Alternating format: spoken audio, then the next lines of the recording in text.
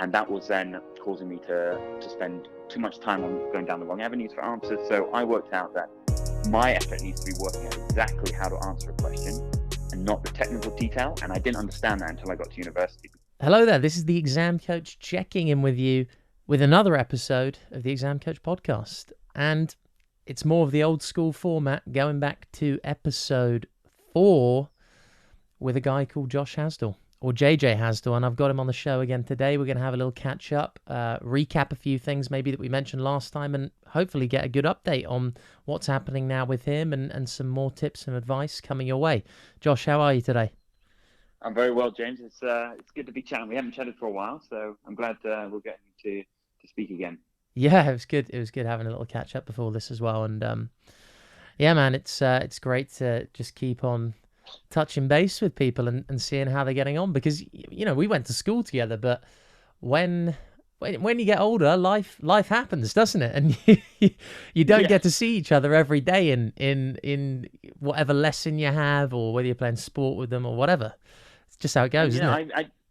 That was the thing that shocked me the most, because being at school all the time at Bradford, 5 years, you're living and breathing with everyone. I was a full boarder, so I was in on the weekends. So I was pretty much with everyone in the boarding house all the time. And then going straight into university, and you just completely switch up because everyone's gone to different unis. And then thinking you're all kind of regroup or recongregate while you're at uni or after uni, it kind of doesn't really happen because life gets in the way. So that was a big shock to me. So I really look back and remember the times at school and made the most of it and enjoyed the time when we could just mess around in the afternoons, playing football, doing whatever, because you don't get to do that as often, I realized, while at uni, and especially after uni.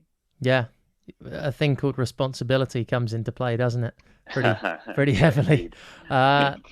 Sweet. Okay, so yeah, let's obviously for this podcast we'll talk through a little bit about school, a little bit about exams and just your take on them, a bit about the smartphone and any tips and advice you have there, as well as your career, because it's been going really well for you, and I think it'd be great if you could share just some things that you've kept in mind in your your short career so far. But still, it's in a great place, and hopefully it's going to be going onwards and upwards from here. So with school, what would you say, you as a schoolboy, what were you like? I'll give you 3 words to do it, but if you need more, you might do. You can go for it that way. You're gonna have to hone me in because I can't go off on one. Yeah. Sometimes, so you'll have to cut me short. No, I was thinking back. I haven't thought about how I was, but now kind of looking back, I would say I was excitable, energetic, but quite naive. I think I threw myself into anything and everything, and there were a few reasons why I did that. But there was an element of being naive that I feel I could take on everything and do everything, and that kind of bit me in the backside a little bit when I tried to take on too much and I was letting things fall off the side. So I think that's probably the best way to describe it. You got sat down firmly. To be honest, I think everyone's got to do that though, because then you know your limits, right? And you know how hard you can push yourself. I think it's important. There's that one. I was doing it because I didn't know what I wanted, what I liked, and I couldn't decide. And I didn't go as far as saying I was like I had concentration problems or ADHD or anything like that. A few people thought I did, but I medically did not. But it meant because I was very interested in finding out everything. So I'd do every bit of sport that we did at school. I signed up to as many different after-school societies as much as possible, from drama to debating to anything, just to find out where would I fit.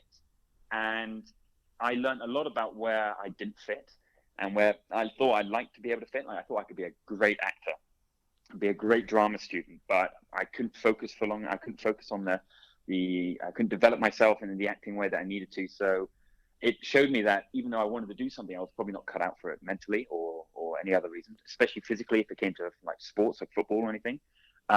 So it did make me be selective on where my skill sets were. And that was what was really good about being at school and trying everything, is I understood where my strengths and weaknesses were quite quickly. Yeah. I remember one thing about you in particular, that we ate breakfast in different areas. Obviously I was up the top of the hill and you were down the bottom, but I remember if I ever had a lesson with you in the morning, you'd come in with wet hair.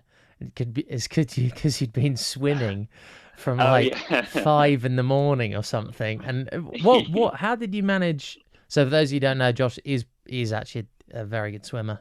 Could easily beat me in 53. Although I believe in house relays, actually, I had about maybe a quarter of a length, maybe a bit more head start on you, and I think I just held you off.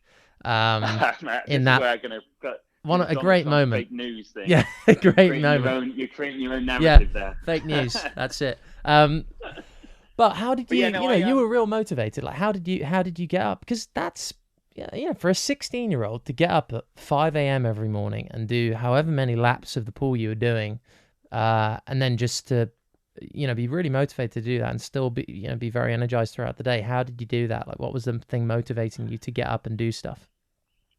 I think it was the challenge, and people were pushing me. Teachers were pushing me, but I was also kind of pushing myself to. What I really like is when people think things are crazy. So the way you just said it was kind of nuts to do that. I was like, but I could do that, and that was what was driving me, because I like the idea of doing something a bit crazy and pushing myself physically. Now, when I was in the school team, it was me and one other guy who were probably the best swimmers, and we had our own niches. Like, he did certain strokes well, I did more long distance, and we were the two best swimmers in our team. But I thought, like, what's the next challenge? And the swim coach pushed me to go, like, Reading, train in our pools at 5 in the morning on a Friday. Why don't you join? I'll get you in and you can try it. So I turned up, and I was probably the second worst swimmer in that county team, in that county training session. I was at the far end of the pool in the slow lane, as it was, not officially called, but it was. And it gave me a reality check that while I was one of the best in school, I was nowhere near the level in the next stage up. And that's what motivated me to go on, because I knew that there was more than just doing something very well at school. There was a whole nother raft of, especially in sport, of progression that needed to be done. And if I was the best in school, it was going to be very difficult to push myself to be better, because I didn't really have anyone to benchmark myself. So that's how I kind of motivated myself, rightly or wrongly. I would look to who could I be faster than? Whose strengths were better than mine? How could I improve? And I wasn't getting that at school in certain areas in the sport, so I had to go outside. And yeah, I like the idea. And one of the things I did it the first time, and I realized I was going to give up. But because the teachers and I kind of invested time, I had to get a load of different health and safety forms to be able to leave leave school at that time in the morning and train. I kind of made myself commit to it for at least 1 or 2 months. But I kind of, and then after that, when I realized that I was putting a lot of effort in and training a lot, I then kept it up when I went to university, and it was a really good reality check to try in my last year, try something outside of school to prep me for the next stage of my life. Yeah. That thing you said about having a benchmark to measure yourself against, I think that's so important in relation to your schoolwork as well, because when you're at school, you do get into this whole mindset of the 20, 30, 100 people in your year or class are the only people that you should be comparing yourself against. And you really shouldn't be comparing yourself against anyone, to be honest. It should be you v you. But it's so important to think more broadly. And I do think people get lured into this trap of worrying about, what the person sat next to them is getting compared to them, whether it's good or bad, whether you're absolutely smashing it and way ahead of everybody or you're bottom. You have to be able to put that into the wider, broader context of the whole world, because that's what you're up against when you leave and find a job. I kind of refined that a little bit, that I was benchmarking myself against others based on what their scores they were getting, how they were studying, how long they were revising. For some reason, I was completely focused on the hours of revision when it came to schoolwork, or hours I spent on a piece of homework compared to others. Because what I thought, which now I realize is wrong, is that the more hours you spend on it, the more effort you put in, the better it is, the higher the mark. And that wasn't right, but that was my benchmark. And that's where I got lost in it. I was like, somebody's doing 5 hours of revision. I've only done 3 today. Right, I've got to stay up late and do another 2. But actually, I wasn't in the right mindset. I was tired. I was just wasting my time and getting increasingly more frustrated. And then when the exam came around, or the homework marks came back, and I didn't do as well as I thought I should have, because I'd done the 5 hours of revision, I got really, really frustrated and really upset about that. But it only took until I got to university to understand that while it's all right to look at others who are probably performing better in other areas, if it's academic or sport, you can use that as a goal and work out what are they doing that makes them a bit better. How are they studying differently? How are they doing? And using that as a guide, but not necessarily something to replicate. Because if we take me and you, for instance, James, you did a lot of hours in the books and you could understand a lot of the technical detail very quickly. It took me a lot longer. Now, that may or may not be due to my dyslexia, but it was mainly because I didn't really understand what the question was asking. And it took teachers and me to understand that my weakness was understanding what the question was asking. And that was then causing me to spend too much time on going down the wrong avenues for answers. So I worked out that my effort needs to be working out exactly how to answer a question and not the technical detail. And I didn't understand that until I got to university, because I was so transfixed on focusing on people like yourself or others in the class who were just doing hours and hours and hours. And I thought, right, let me just open a book and stare at it for 2 hours. That was not the way it was going to work.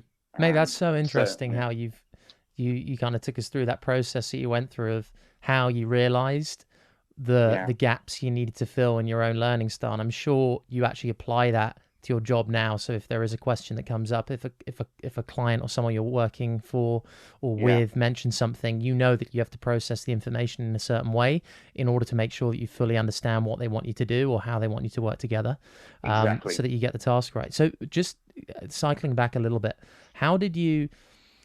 Obviously, you figured it out, but can you go into any more detail? So imagine if a teenager's listening to this right now and they're struggling with, they might be putting in a lot of work, feeling like they're putting in a lot of effort, and they're just not getting the results. What advice do you have for them to try and figure out what they need to be doing in order to improve their work and their marks, and also just be a bit more efficient with how they're spending their time on their work? Because you can't study the whole time; it's just going to wear you thin. So how do you go about that? Is there any tips and tricks? So the tips and tricks, that last bit, I can tell you what I did for my tips and tricks, and that may or may not work for others, but I looked at myself and I realized that I was technically there with the information. If there was a quiz or we were talking like in a conversation like we are now, let's talk about chemistry and different reactions and things, I was doing well in that. And when we do spot tests and test each other, I could be able to articulate any kind of chemistry formula, any reaction states, or anything in biology or economics and trends and things like that. I could do it. But it wasn't translating to the marks in the paper. And what I couldn't understand until I sat down with a few SSD teachers, I forget what it stands for, but especially due to my dyslexia, I had specific training and support to help me get through some kind of vocabulary things and things like that. But we worked out that actually my technical knowledge was fine, and I had it all there. And then we tried to work out, is it down to me getting it down on the paper? Do I need extra time to write longer? No, I could write really fast. I was in the top 90th percentile in terms of words per minute writing. And then the third bit then was, right, do you understand what you're being asked? And actually, I didn't. And the words between explain or analyze are two different words that can completely change the way you structure your answer. So what I did then, every time I came upon my revision, I'd spend, if I take, let's say, in percentages, I'd spend about 50% of my time doing technical knowledge, learning the formulas, learning the actual core syllabus. I'd spend the other 50% just getting past paper exam questions, past homework questions and things, and just reading it and understanding and breaking the sentences down into the 2 or 3 different points, working out what the kind of verbs were in there that required me to, if it was explain, if it was analyze, if it was discuss, worked out what type of answers I needed to structure from there, and then that helped me formulate my technical knowledge into a coherent way. So, and breaking those questions down into those 2 or 3 points based on those doing words, those verbs, that is what set me apart. And set me apart. That's what elevated my results into what my technical knowledge was more reflective of. So I was moving from the C's, high C's, all the way to the kind of the low A's and more high B's, just because I understood what the question was asking and not much change in my technical knowledge. And I took that all the way through to my work. So I didn't stop studying. So I went from school, I went to university, did a marine biology degree, and then went from there into a professional service firm, a financial firm. And I had to do another financial qualification, which was another 3 years, essentially another degree while working. And the same principles applied. I became very good. And now this is where you can kind of question how you do exams is the right way. I became very good at answering exam questions. I knew exactly what the exam was looking for. I knew how to answer it. I knew how to structure it. And I became very good at that. I then became a bit weaker in essay writing when it was a bit more creative and a bit more discussing, and I wasn't directed by a question so much.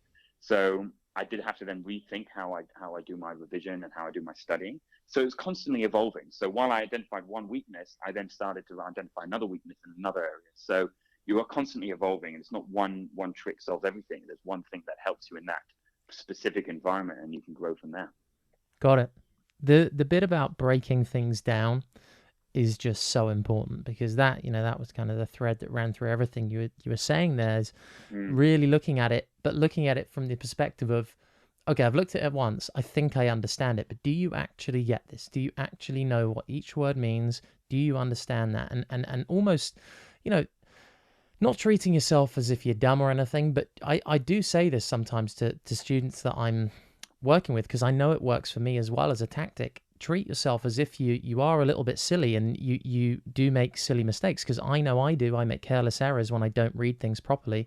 And if you go through it again and really break it down, and I remember very clearly, actually, when I first started my role working at VaynerMedia, the ad agency I used to work at, I got a couple of emails through, and I thought I knew exactly what to do off the back of them, and I'd read them properly. And my boss, who I was working with at the time, just said, no, just read that again. Make sure you fully understand what the person is asking for there.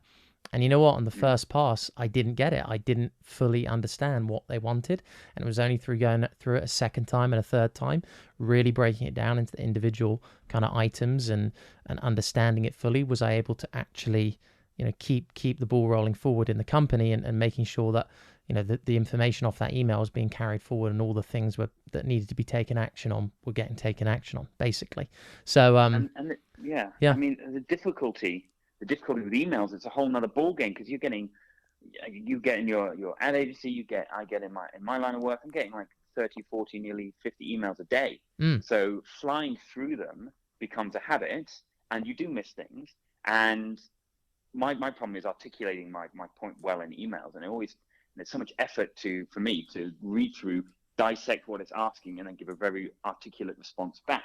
But if I do that, it again sets you apart from most of your peers as well, because you actually get something, you get it, you answer it perfectly, or at least you answer the point that they're asking in the first time. You don't have to have back and forth anymore. Yep. You're getting a lot more credibility in your subject knowledge. So you do have to just it does take a bit of work, but it pays a lot of dividends in the end, if it's passing exams or if it's adding credibility in your work life, Yep.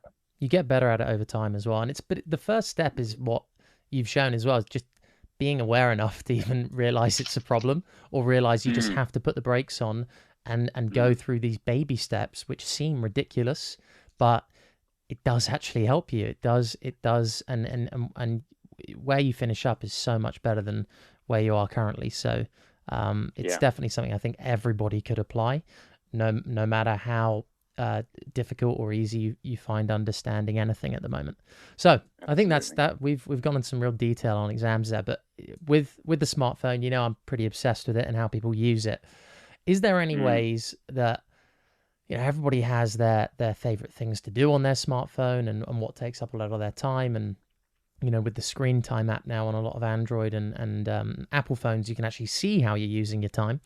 But is there anything that you particularly do on your smartphone which you think, yeah, that's cool, I'm making sure I'm focused there, it's deliberate, and yeah, people use it for a load of entertainment things, that's great. People use it to connect with people, social media, that's also awesome. But is there any mindset or individual apps or individual things you do on your phone which helps you be very deliberate about how you use it, and makes you use it in the way that's most beneficial to you and what you want to do at the moment? Yeah, and I've gone in flux on what I see. So I just upgraded my phone to the latest one on Apple, and I'm now back to being obsessed with it, because now I can use my phone for a whole different area. I can do it from not only from games, but also from news feeds, in terms of contemporary news, social media news. I can link it to all of my payment methods. So I'm starting to get back into because I never used it with my old phone, which was 5 years old. So at this point, I'm kind of getting back into it a bit more. But before, when I had an old phone, that the home button didn't work, the kind of brightness didn't work that well, the screen was cracked, that type of thing, I couldn't use it for all those functionalities. And I found that actually the only time I need my phone is to call someone, text someone, and maybe read, and also help with maybe if I'm traveling a little bit with flight information, train information, that type of thing. I didn't need it for anything else. And it was really refreshing that I couldn't use the phone. Even if I wanted to, it was really slow. It was really refreshing that I didn't have those social media things on there. Now, that may not work for everyone, but because I get frustrated with social media and I don't really post that much or do anything. And I look at what other people are doing, and it just kind of, and I realize that there's a lot of like self-flattery going on, and I don't really enjoy looking at that. So I don't really use it for that anymore. I see it as a communication device to speak to people and also to help me with just kind of logistical travel now. And I've kind of shifted my mindset on what a phone is for. And I've kind of tried to go all the way back to the kind of the razor phones that we used to have at school, with the flip phones where it was only for texting and calling. And that's all I use my phone for. And I really try to limit what else I do on there. The only time I spend a lot of time on there is if I'm on the train and I want to watch like a Netflix or an Amazon Prime movie that I've downloaded. Yeah. That's the only time I spend a lot on it. And I realized, like today, so I'm in London, so I took the tube in this morning. And I was stood up and I was looking at this very unique woman. She had tattoos all over her. She had very large earrings, dangling earrings, multicolored clothes, and she had this massive iPad. And she was drawing using the stencil app, drawing this very intricate diagram of her hand with all these new tattoos on it, these different plants and animals that are intertwined in and making like a little world. And I stood there and I was like, and I spent the 10 or 15 minutes on the train just watching her draw. And when I walked off, and I was like, normally I just sit on my phone and read the news or things. Well, that's quite good, but I miss what goes on around in the world. And Simon Sinek said something about how millennials are spending too much time on their phone. As soon as you go on a dinner date, for example, one partner goes to the bathroom, the other person's straight on their phone because they don't want to be there doing nothing or be embarrassed from doing nothing and want to be seen doing something. When actually, he goes, why don't you just sit around, have a look at how the world operates? And that's where innovation and creativity starts to grow. And you learn a hell of a lot about how things operate, where improvements can be made, how people interact with each other. And you learn a lot more about the geopolitical climate that we live in. And I'm starting to try and do that a bit more because that's what you miss. I miss the people drawing these really weird things on iPads and seeing how different people operate. I see what people's behaviors are like in the world. And also, I think just to jump in, that's such a good point about, I do think people have got a really big problem with just being alone and being without any kind of entertainment. The boredom has ceased to exist almost now because you've got the smartphone to distract you. And I definitely think whether it's a dinner date social situation, whether you're just out with friends and they've gone to the loo or somewhere, or they're queuing for something and you're on your own. A little test for anyone listening to this is to just don't get the immediate reaction is, to get your phone out of your pocket and you will just open it. You don't even have to have any notifications there. You'll open it and you're tapping away. But just stand there. And it does weirdly, even, I really try and make an effort to do this. But even for me now, if you just stand there, it does feel a bit awkward because you're so not used to doing it. And there's a great time, actually. I went to an event with my grandma to an event like where she was meeting up with all the people she used to work with, and these people are all well into their 80s. There was no mobile phones there whatsoever, and the conversations, everybody had to talk to each other because obviously there was no form of just diving out of a conversation and looking at your mobile phone. And it was amazing in terms of like how the conversation ebbed and flowed. And there were little periods of silence, but the difference between how old people handle it and how younger people of our generation and below handle it is we get awkward and embarrassed. They just chill and they're just like, yeah, it's natural. And then they pick up the conversation again and it's not awkward at all. And it's just, it's like a big thing. But I think the way you're using it to you're not doing any of the passive uptake of stuff. You're being quite deliberate about it. I think, it's clearly working for you. And I think it's everybody should at least think about it. What am I doing on my smartphone that's very passive and just wasting time almost and filling time? And what am I doing that's actually deliberate, adding value? And even that cool story about that person just drawing something, pretty creative, arty person. Just a cool thing that you noticed today. And you'd miss it. And that you become more empowered. I felt so much more empowered. The first time I was having dinner with my girlfriend, and she went off in a public place. She went off to the to the bathroom, and I was like, no, I just sat there looking around at everyone, and it was kind of a nice, strengthening, empowering feeling that I didn't have to go straight onto my phone and be all hunched up or looking at this bright screen. I was looking around, seeing what other people were eating, how the waitresses and waiters were going around, and I was sitting there, and just enjoying the atmosphere. And that's when it really clicked that this is what you miss. You lose that kind of empowerment, and the more comfortable you become with yourself with yourself in silo, then the need for phones, the need for always constantly being around other people or the fear of missing out and things becomes so low that it becomes optional. And that's when I've found I get a lot of FOMO by people going around, and I feel like there's a necessity to be around everyone. But the more comfortable you become with yourself without your phone, the FOMO then becomes optional. The events you always need to, and you feel you're missing out on, become optional because you are comfortable with how you are operating. You're not dependent on going to those events, meeting up with everyone, posting a picture online, and then making sure whoever next sits on their phone and looks at it is then seeing that you are out there having fun. And it's quite a big perspective shift when you get to there. And it started by small little steps, starting at dinner, and starting then going when you're traveling on the train, and things like that. So I'm not saying you have to completely buy it, because I still do it when I'm on a long journey. But on short journeys, if you're walking with your phone out, unless you're on the phone, I think that's definitely something that needs to change very quickly. Or, a little tip that I do is if I am, say if I've got headphones in and I'm walking, I want to be looking around me, just because I genuinely think actually it's quite dangerous, especially when you're in London. If you're just looking down at your phone, you are genuinely going to run into someone or get hit by something. And then the other thing about it is I will, if I am having a conversation with someone on WhatsApp or something like that, I'll send them voice notes, and they'll be quite long, of me just talking about whatever we were talking about. And it's quite funny, and you can get a bit of humor in there, you can get a bit of banter. It's good chat. And voice notes are so much better. I've recently gotten involved in that. Voice notes are so good. I do it only to my close friends at the moment, but it's so much easier. I much prefer it. You just crack one out, and then the other person can listen to it in their own time. They don't have to reply immediately. People doing it all over London. Now that I know that's what they're doing, I'm noticing it so much more. And one other thing, and this is kind of a bespoke one to me on how I've reduced my dependence on a smartphone, is I got a smartwatch. So I got the Apple Watch linked to my iPhone. And while now that may seem I'm more connected because now I have a watch and I have a phone on it, it's actually helped me distance myself from my phone. You can't do any browsing on your watch. You just get vibrations of notifications and a few little quick things that you need to get to. But I now don't have that necessity to always check my phone. Yes, my watch vibrates. I can quickly see who's texted me. Oh, it's so-and-so. Okay, that's not a rush. I'm not indebted to do it, but I'm still getting the communication in text and phone calls on it. I'm not getting the opportunity to go on Facebook, social media, browsing BBC News or anything like that. And it's slow, and I have now no need to keep checking my phone because I know what the notifications are coming through. I can get a quick update, so I can remove that kind of desire to get rid of that red dot on the notification panel. And it's helped me be a lot more disconnected. I can leave my phone now at home, and I know that people can contact me, or I can contact them because I've got this watch. And I'm completely eliminated from my phone, and I'm not sitting there browsing or anything. And I went through my phone when I got my new one and said, do you want to offload all the apps that you haven't been using for a while? And it removed 90% of the stuff on my phone. Yeah.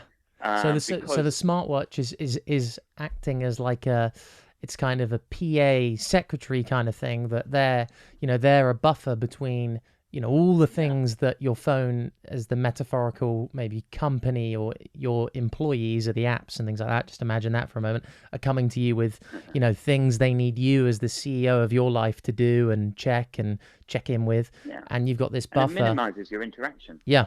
And you've got this buffer saying, hey, that's not important. JJ needs to focus on this today. So exactly, and you can minimize those notifications as well. So I only have texts, emails, and phone calls come through on my watch. I don't have any social media ones on there.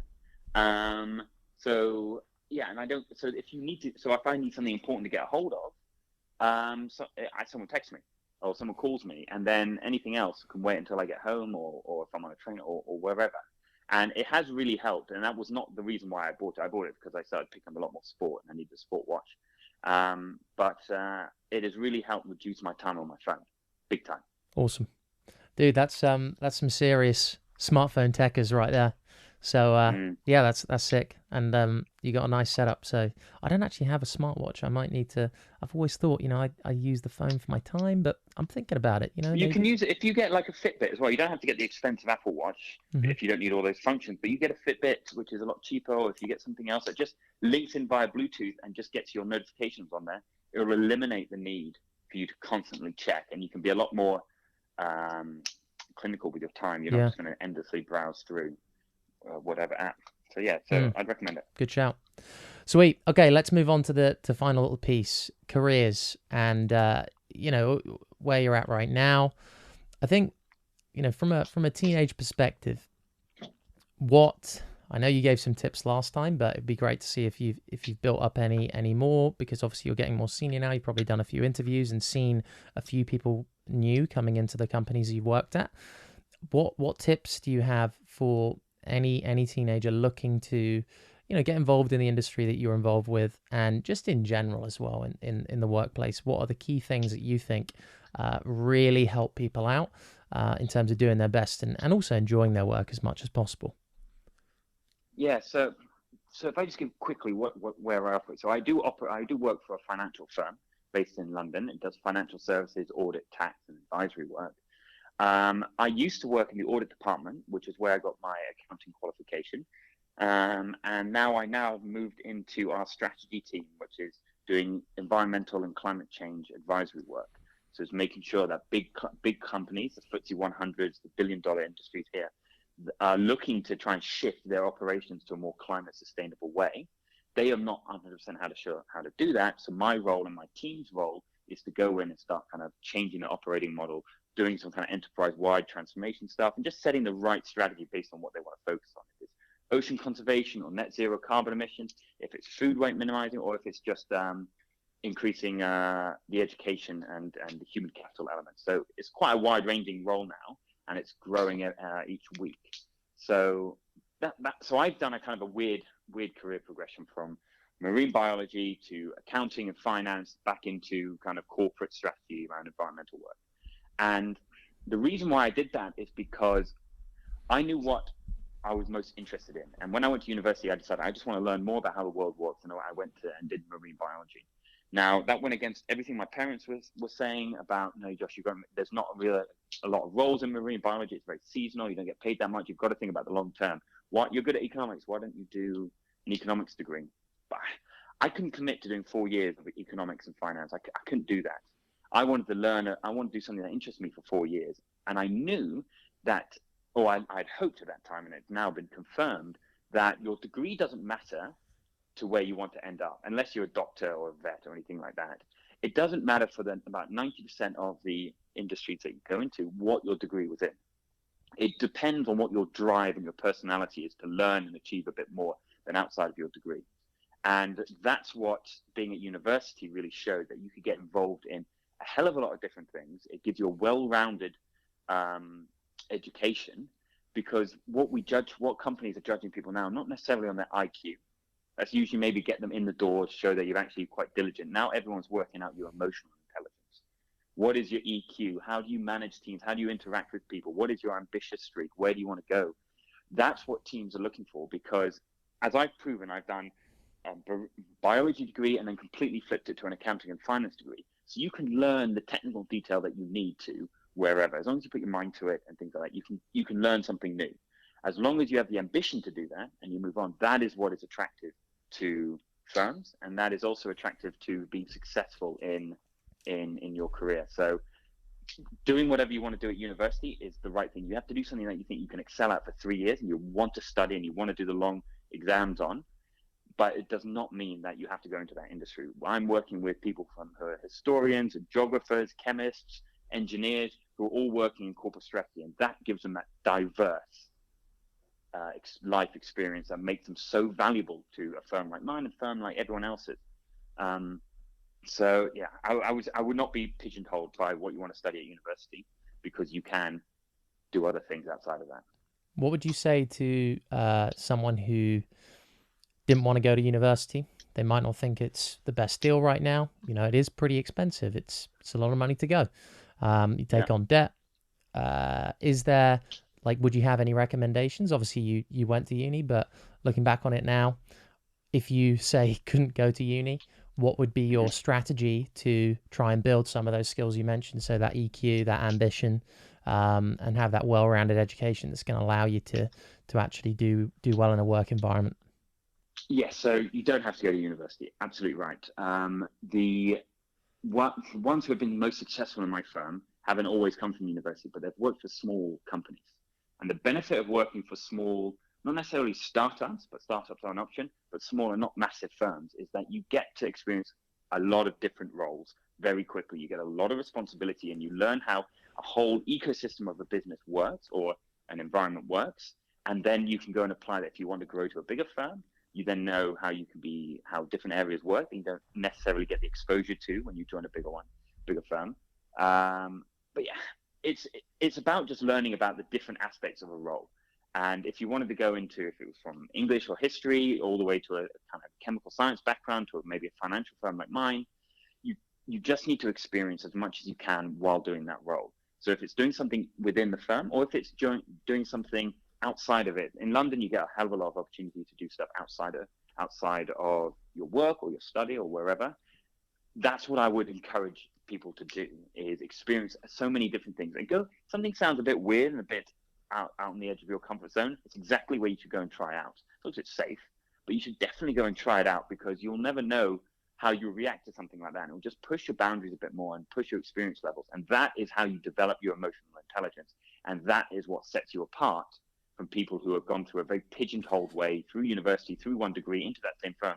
They are not the most useful people. The most useful people are ones who have life experiences, who have learned more. And actually, sometimes, arguably, you can get more of that outside of university, because you're in the working world straight away, or you're in the world outside of a university bubble a lot quicker.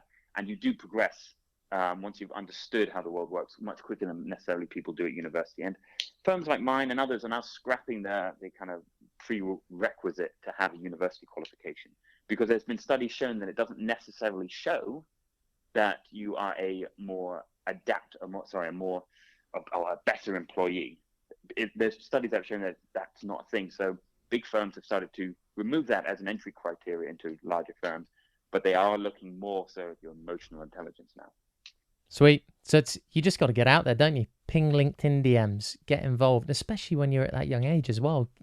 You've got leverage if you're enthusiastic, if you're writing to people and asking for opportunities and trying to add a bit of value to a company that you'd want to work for that is relatively small, so you can get your foot in the door, and then you're off.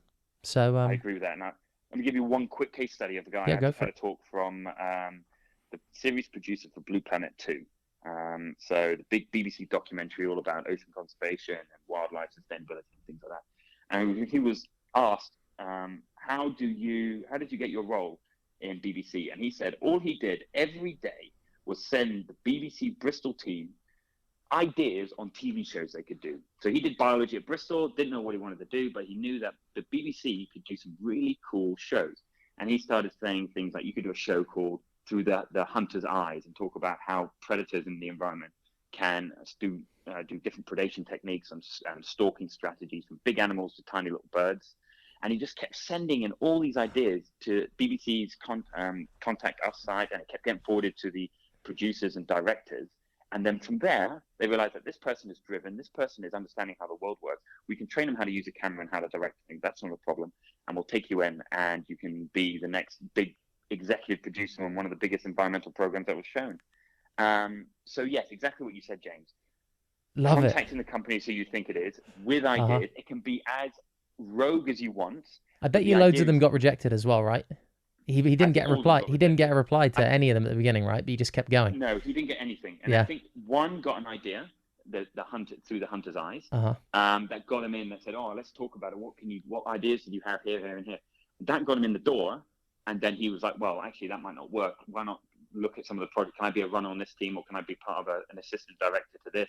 And then he went from there. But it got in, and I'm getting emails every day now for people wanting to join my kind of climate change team, because it's a very attractive thing to be part of and very interesting at the moment. But I disregard the people who say, "Oh, can we meet up and just talk about it?" I'm answering the ones that say, Josh, it sounds like you're in a really interesting thing. I've started having an interest in net zero, and I think we can do this, this, and this in this areas. It'd be great to talk and see if this marries up with any of yours. And I was like, yes, I'll meet with you. Trick there is deliver the value, right?